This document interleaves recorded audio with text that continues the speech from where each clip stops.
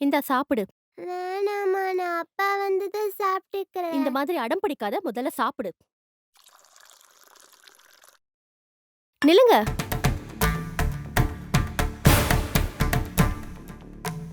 எத்தனை தடவை சொன்னாலும் கேட்க மாட்டீங்களா? குடிக்காதீங்க குடிக்காதீங்க, நானும் படிச்சு படிச்சு சொல்றேன். ஆனா நீங்க கேட்கவே மாட்டேங்கிறீங்க. ச்சே. ஏன் அவினாஷ், உங்களுக்கு தான் குழந்தை குட்டின்னு ஒண்ணுமே இல்ல. நீங்க எக்கேடு கெட்டு வேணா போலாம், ஏன்னு கேட்க நாதியே இல்ல. அதே மாதிரி ஏன் புருஷனையும் நினைச்சிட்டீங்களா? ஒரு நிமிஷம் உஷா, வார்த்தையை கொட்டுறது ரொம்ப சுலபம், ஆள்றது ரொம்ப கஷ்டம். இப்ப சொன்னியே உங்க புருஷன் கூட உங்களை மாதிரி நினைச்சிட்டீங்கன்னு. இல்ல, நான் அப்படி நினைக்கல. இவனுக்கு ஒரு குடும்பம் இருக்குன்னு நினைச்சுதான் இவனை குடிக்கூடாம இங்க கூட்டு வந்திருக்கேன். அது மட்டும் இல்ல, அவனுக்காக நானும் குடிக்காம வந்திருக்கேன்.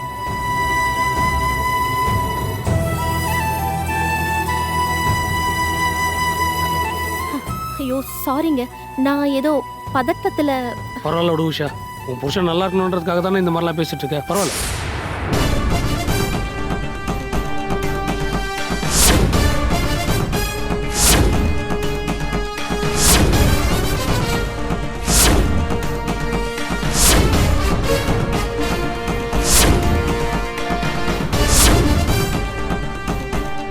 ஏய், நீ எதுக்காக மறுபடியும் இங்க வந்த? உனக்கு என்ன வேணும்? என்ன வேணுமா? சொல்லையா 45 லட்சம்.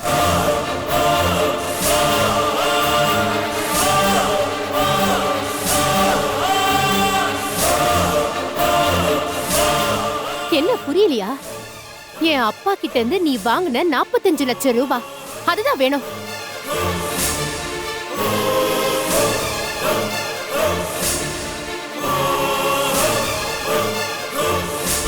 டேய், யாரா இது? எக்ஸ்கியூஸ் மீ, அது நான் சொல்றேன். உங்க ஃப்ரெண்ட் டாக்டர் நட்ராஜ் எங்க அப்பா ரஞ்சித் கிட்ட 45 லட்சம் ரூபாய் கடனா வாங்கியிருக்காரு. அத திருப்பி வாங்கிட்டு போறதுக்கு தான் வந்திருக்கேன். இந்த டீடைல்ஸ் போதுமா இல்ல இன்னும் வேணுமா?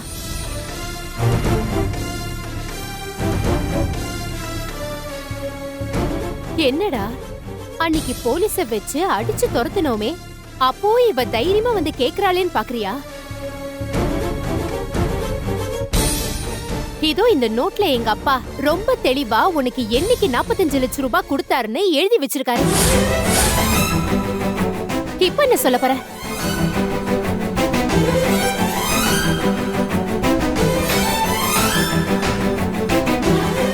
என்னம்மா பதிவிரத சாவித்திரி,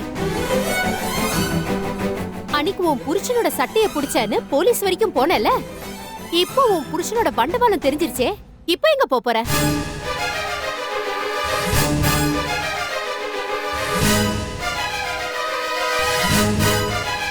இது பாருங்க, நீங்க சொன்னதுக்கு அப்புறம் தான் இவ்வளவு பெரிய தொகையை இவன் கடனா வாங்கிக்கான்ற விஷயமே எனக்கு இப்ப தெரியுது.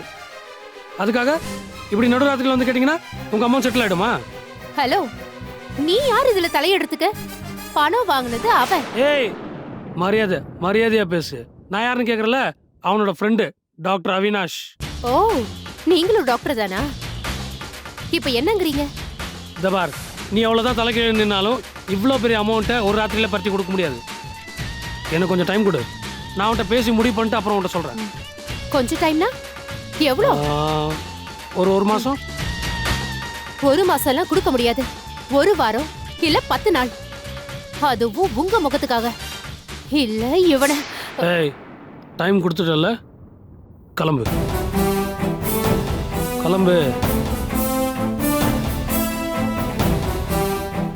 ஏங்க, அன்னைக்கு இவகிட்ட தான் போன்ல பணம் வாங்கலன்னு பேசிட்டு இருந்தீங்களா? ஐயோ உஷா, இப்போ நான் சொல்றேன், நான் யார்ட்டையும் பணம் வாங்கல. பொய் சொல்லாதீங்க. அவ தான் எழுதி வச்ச நோட்ட காட்டுறாளே, அப்புறம் என்ன? அப்ப அவ சொல்றத நம்புவ, நான் சொல்றத நம்ப மாட்டியா? ஆமா, அப்படிதான். நீங்க ஒரு ஏமாத்துக்கார. நான் உங்களை நம்ப மாட்டேன். என்ன பண்ணுவீங்க? டேய் நட்டு,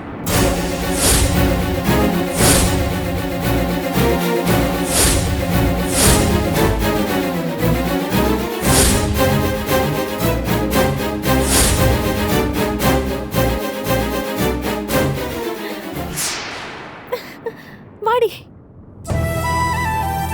டேய் நட்டு, அறிவு இருக்காடா உனக்கு? கட்ட பொண்டாட்டி அவனா கை நீட்டி அடிப்பானாடா? ஏன்டா, அவன் நல்லதுக்கு தானே சொல்லிட்டு இருக்கா, அவ்வளோ போய் அடிச்சுக்கிட்டு. சரி, நான் கேட்குறேன், இவ்வளோ பெரிய தொகை எதுக்கு நீ கடனா வாங்கின?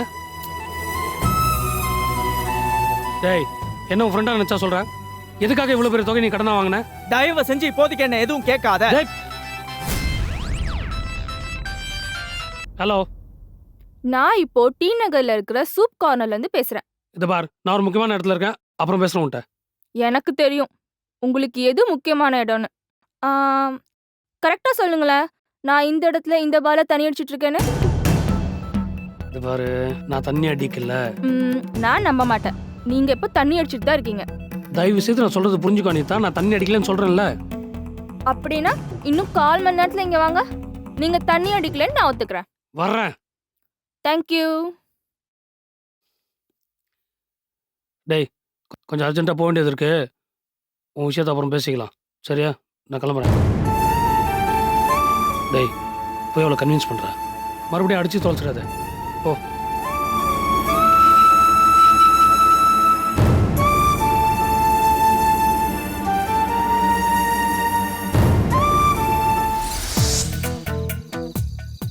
Madam order please. கொஞ்சம் வெயிட் பண்ணுப்பா. இன்னும் எவ்வளவு என் நேரம் தான் friend மேடம் வெயிட் வரணும். பண்றது?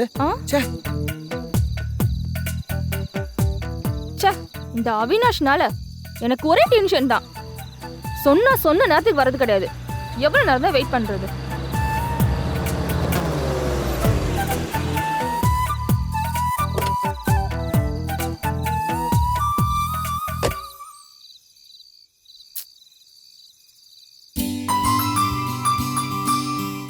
சாரி அனிதா, கொஞ்சம் லேட் ஆயிடுச்சு. உட்காரு. கொஞ்சம் லேட் இல்ல, ரொம்பவே லேட்டு. உங்களால என் மானமே போச்சு. அதான் சாரின்னு சொல்லிட்டேன்ல, உட்காரு. சரி, நீங்க என்ன சாப்பிடுறேன்னு சொல்லுங்க. முதல்ல அந்த சர்வர் வாயை இங்கே மூடுங்க. என்ன இருக்கு போகுது? மஷ்ரூம் சூப்பு, வெஜிடபிள் சூப்பு தான் இருக்கு போகுது. இந்த பார், பொழுது சாஞ்சதுக்கு அப்புறம் இந்த மாதிரி விஷயம்லாம் கையில் தொட மாட்டோம்னு நல்லா தெரியும்ல. சும்மா வெறுப்பேத்தாதீங்க. சீக்கிரம் ஏதாவது செலக்ட் பண்ணி சொல்லுங்க. அப்பதான் நம்மளால நிம்மதியா உட்காந்து பேச முடியும். இந்த பார், எனக்கு இது மேலாம் இஷ்டம் இல்லை. உனக்கு எது பிடிக்குதோ அதே எனக்கும் ஆர்டர் பண்ணு, நான் சாப்பிட்றேன். Okay okay. சர்வர். வணக்கம் சார். ம், வணக்கம் மேடம். இப்பயாவது சொல்லுங்க madam. 2 mushroom soup. Okay madam. அப்பாடா, இப்ப நம்ம நிம்மதியா பேசலாம். என்ன பேச போற நீ? நான் மட்டும் தனியா பேசல, நம்ம 2 பேரும் ஜாலியா பேச போறோம். இதுக்காக தான் இவ்வளோ அவசரமா எனக்கு வர சொன்னியா? எதுக்கு இப்ப கோச்சுக்கிறீங்க? உங்ககிட்ட கொஞ்ச நேரம் பேசிட்டு இருக்கலாமேன்னு தோணுச்சு, அதான் நான் வர சொன்னேன். ஏன் எனக்காக கொஞ்ச நேரம் டைம் ஸ்பெண்ட் பண்ண மாட்டீங்களா? அப்படிலாம் நான் சொல்ல. ஆனால் விஷயம் இல்லாத போது ஏன் இவ்வளோ அவசரமாக வர சொன்னேன்? அப்படியே வர சொன்னாலும் நீங்க ஏதோ உடனே வந்துட்ட மாதிரி பேசுறீங்க. ஐயோ, ஆரம்பிச்சிட்டாடா.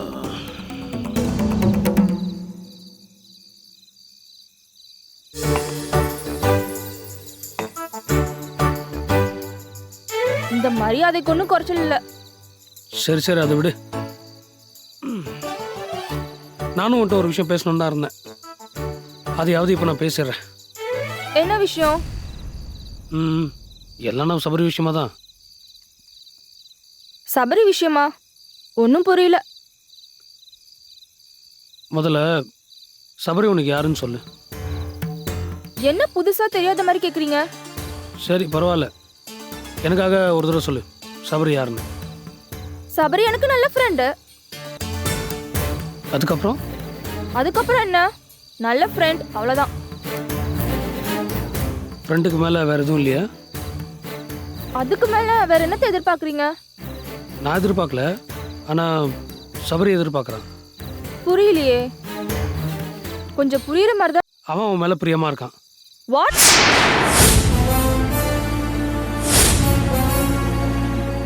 ஆமா அனிதா, அன்னைக்கு அவன் கையை எடுத்துட்டு ஹாஸ்பிட்டலுக்கு வரும்போது நான் தானே அவனுக்கு ட்ரீட்மெண்ட் கொடுத்தேன். அதுக்கு என்ன இப்போ? அவன் கையை எடுத்ததுக்கு காரணமே நீயும் நானும் நிறைய பழகிட்டு இருக்கோன்னு நினச்சிதான். நான் உங்ககிட்ட பழகுறதுக்கு அவன் ஏன் அப்படி செஞ்சுக்கணும்? நான் தான் சொன்னேன்ல, அவன் உன்னை விரும்புகிறான்னு. அவன் விரும்பிட்டா போதுமா? அப்போ நீ அவனை லவ் பண்ணலையா? What rubbish are you talking Avinash? நான் அவனை ஒரு நல்ல ஃப்ரெண்டா தான் நினைச்சிட்டு இருக்கேன். அப்போது உன் மனசில் அந்த மாதிரி எந்த எண்ணமும் கிடையாதுல்ல? என் மனசுல எந்த மாதிரி எண்ணமும் கிடையாது. ஏன் அனிதா, சபரி ரொம்ப நல்லாவும் தெரியுமா? இருந்துட்டு போட்டோம், அதுக்கு என்னென்ன பண்ண சொல்றீங்க? இல்லை அவனுக்காக உன் மனசு கொஞ்சம் Stop மாற்றிக்கலாம் it, அவினாஷ். இதோட இந்த பேச்சை விடுங்க. என்ன பொறுத்த வரைக்கும் சபரி ஒரு பெஸ்ட் ஃப்ரெண்ட், அவ்வளவுதான். அதை தவிர அவனுக்கும் எனக்கும் எதுவுமே கிடையாது. போதுமா? சரி சரி சரி அதுக்காக நீ ஏன் கோச்சிட்டு கிளம்பிட்டு இருக்க? சூப்பு சாப்பிடு, உட்காரு. இனிமே நீங்க இத மாதிரி எதுவும் பேச மாட்டேன்னு சொல்லுங்க, அப்ப நான் உட்கார்றேன். சரி இனிமேல் நான் அதை பற்றி பேச மாட்டேன். முதல்ல உட்காரு உட்காரு. இந்த சூப்பையும் நீயே சாப்பிடு. நீ என்ன பேசணும்னு நினச்சி அதை பேசு. இனிமே நான் பேசுறதுக்கு என்ன இருக்கு? அதான் நீங்க மொத்தமா பேசிட்டீங்களே. வாங்க போலாம். ஏய் என்னடா இவ சூப்பு கூட குடிக்காம போயிட்டா? வேற எவ்வளோமாச்சு? 90 ரூபா சார். இந்த பேலன்ஸ் நீ வச்சுக்கோ. Thank you sir.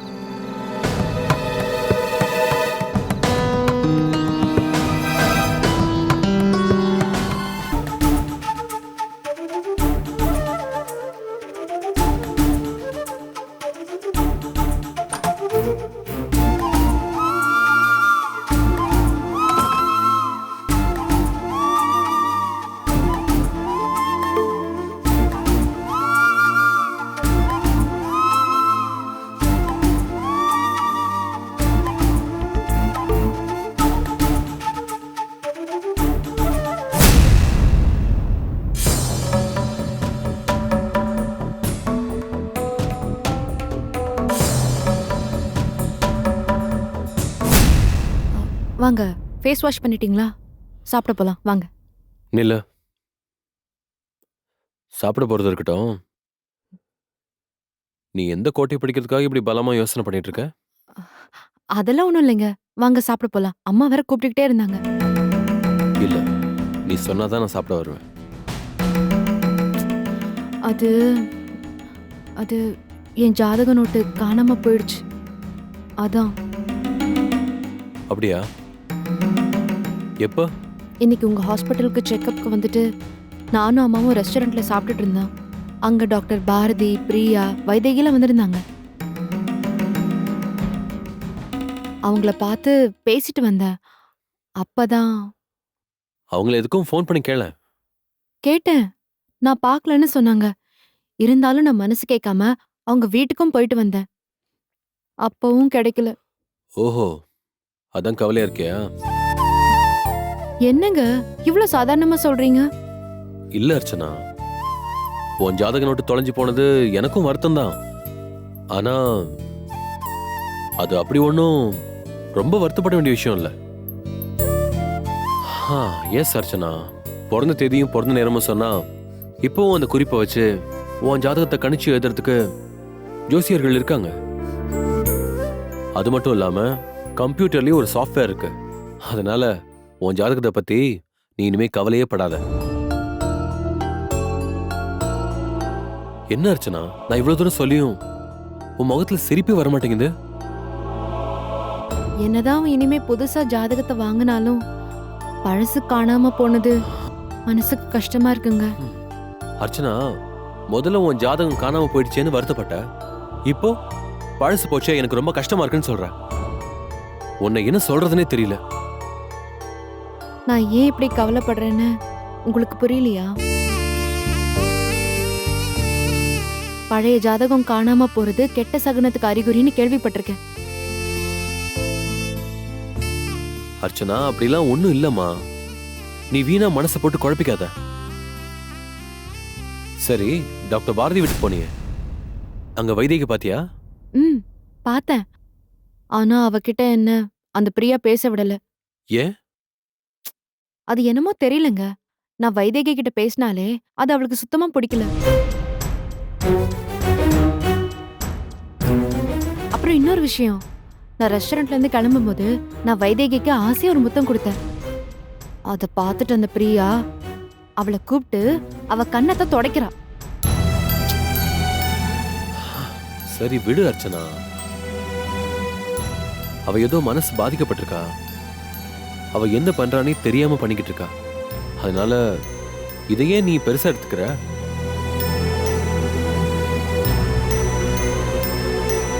சரி, அத்தை சாப்பிட கூட்டாங்கன்னு சொன்னியே, போலாமா? வா, கம்.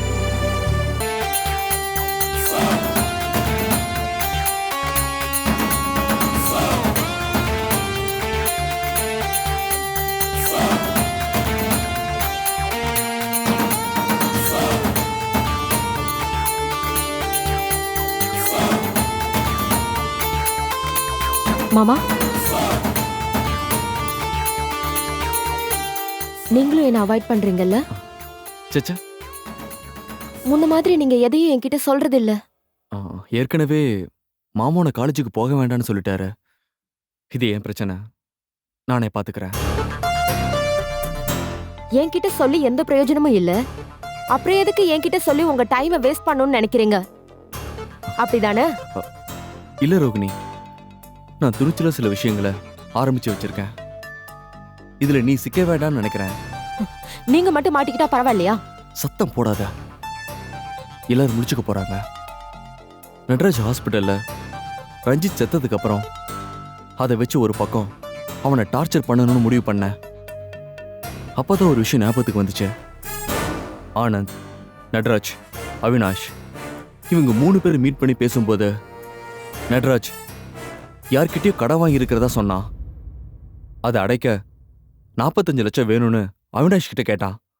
ஒருவேளை அந்த பணத்தை அவனுக்கு கொடுத்தது ரஞ்சித்தா இருக்கலாமோன்னு எனக்கு ஒரு சந்தேகம். ரஞ்சித்தோட பொண்ணுகிட்ட அந்த சந்தேகத்தை உண்மை மாதிரி சொல்லிட்டு வந்திருக்கேன்.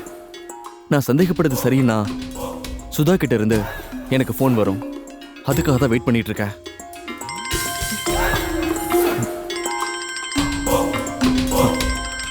வந்துருச்சு.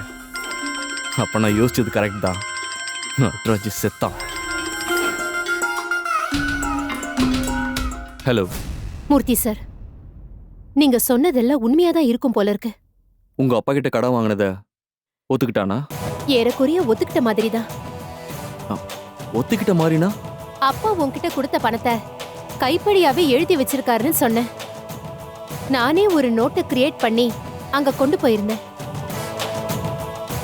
அவன் ஒத்துக்கிறதுக்குள்ள அவன் பொண்டாட்டி வந்து பெரிய பிரச்சனை ஆயிடுச்சு. ஆனா அவன் கண்ணுல பயமும் கண்டுபிடிச்சிட்டேன்ற அதிர்ச்சியும் தெரிஞ்சது. நிச்சயமா அவன் என் அப்பா கிட்ட பணம் வாங்கியிருக்கணும். அவன் உங்க அப்பா கிட்ட கடன் வாங்கினது உண்மைனா உங்க அப்பாவோட சாவுலியும் சந்தேகம் இருக்குதுன்னு தானே அர்த்தம்? போஸ்ட்மார்ட்டம் ரிப்போர்ட்ல தான் ஹார்ட் அட்டாக்ல தான் இறந்திருக்காருன்னு தெளிவா இருக்கே. அந்த கேஸையும் போலீஸ் க்ளோஸ் பண்ணிட்டாங்களே. டாக்டர் கொடுத்த ஒரு ரிப்போர்ட்டால போலீஸ் வேணா கேஸை க்ளோஸ் பண்ணிட்டு அடுத்த வேலையை பார்க்க போலாம். ஆனா நீங்க எப்படி இதை நம்புறீங்க? இறந்து போனது உங்க அப்பா. அவருக்கு ட்ரீட்மெண்ட் கொடுத்தது கடனை திருப்பி கொடுக்க முடியாத ஒரு கடங்காரன். உழைக்கிறதுக்கு சான்ஸ் இருந்தும் கூட அவரை சாக விட்டுருக்கலாம் இல்லையா? ஒருத்தன் சாகிறதுனால 45 லட்சம் ரூபாய் லாபம்னா, அதுவும் சாட்சியே இல்லாம கொல்ல முடியும்னா அவன் செஞ்சிருப்பான். அவன் நல்லவனா இருந்திருந்தா உங்க அப்பா இறந்த உடனே அவர்கிட்ட கடன் வாங்கின விஷயத்த சொல்லிருக்கணுமா இல்லையா? நீங்க கேட்டப்ப கூட இல்லைன்னு சாதிச்சிருக்கான். அவன் மேல உங்களுக்கு சந்தேகம் வரல? இறந்தது உங்க அப்பா மட்டும் இல்ல, உங்க அம்மாவும் தான். இப்ப நீ அனாதையா நிக்கிறதுக்கு காரணமும் அவன் தான். உங்க அப்பா கிட்ட இருந்து வாங்கின பணத்தை மட்டும் திருப்பி வாங்கினா போதும்னு நினைச்சீங்கன்னா அது ரொம்பவே சுலபம். ஆனா அது மட்டுமா உங்க நோக்கம்? நல்லா யோசிங்க. நீங்க நஷ்டப்பட்டது 2 உயிர். அதுக்கு அவன் பதில் சொல்ல வேண்டாமா? போதும் சார், நீங்க சொல்ல சொல்லதான் எனக்கு ஒண்ணுன்னா புரிய ஆரம்பிக்குது. எனக்கு இப்போ வேண்டியது பணம் இல்ல, அவ உயிர். நாளைக்கு காலையில நடு ரோட்ல கார்ல அடிப்பட்ட நாய் மாதிரி செத்து கிடப்பாங்க.